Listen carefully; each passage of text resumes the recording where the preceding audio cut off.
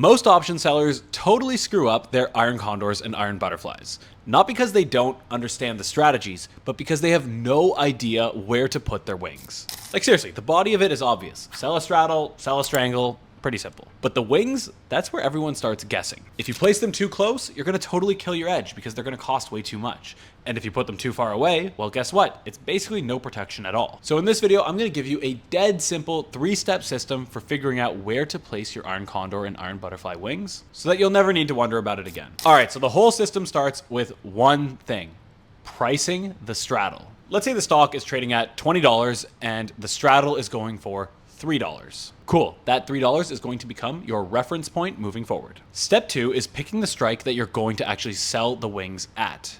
And the way that you do it is by using that straddle price. The way you do it is this: take the straddle price, in this case $3, and then you're gonna multiply it by 3. So in this case, $9. And then what you're gonna do is you're going to buy your wings $9 away from the at the money strike. You would buy your wings at the $11 mark and the $29 mark. That's it. That's basically the system right there. So the way that your structure would look is you would sell the $20 strikes, and then you would be buying the $11 strike and the $29 strike. And there you have it. There's your iron butterfly. Now, if you're trading an iron condor, you actually follow the exact same principles, except when you go to actually place the trade, now you're going to be selling a little bit wider. So you're still going to price the straddle and use that to pick where your wings go. But instead of then selling the $20 strikes, you maybe sell the $18 and $22 strikes. What you will notice when you go out and place this trade is that those wings that are at the $11 and $29 strikes, they're going to be really cheap.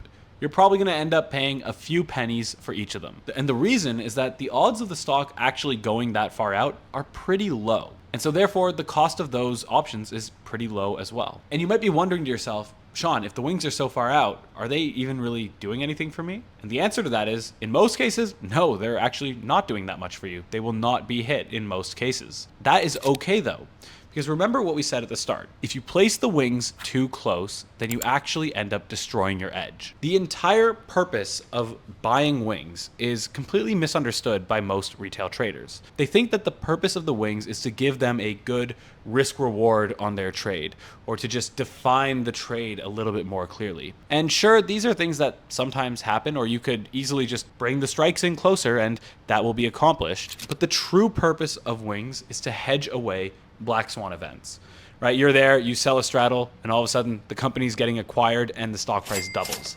Ouch, if you don't have wings, that's really gonna hurt. But if realized volatility happens to be higher than implied for no apparent reason or because of some news that's not quite as serious, well, then it's okay to lose money sometimes. Like, there are going to be situations we lose money regardless. The thing is though, we know that implied volatility tends to overstate realized. The whole variance risk premium thing that if you've followed the channel for a while, you should be quite familiar with. And so we just need to make sure that we are not really harming the amount of premium we collect, so that as the variance risk premium plays out over time, we've collected enough premium for that edge to realize itself. And so that's why in almost all cases, we are placing our straddle wings, like a good rule of thumb is that 3 straddle prices away. By doing this, we ensure that the wings are not going to cost too much. We still get that protection from all the worst case scenarios, and we ensure that our expected value is still able to play itself out. The wings aren't there to just make us feel safe. They are there to prevent catastrophes. And so if you're not thoughtful about placement, you're either gambling or you're bleeding edge for nothing. So there you have it, just a couple steps and you know exactly how to place your wings.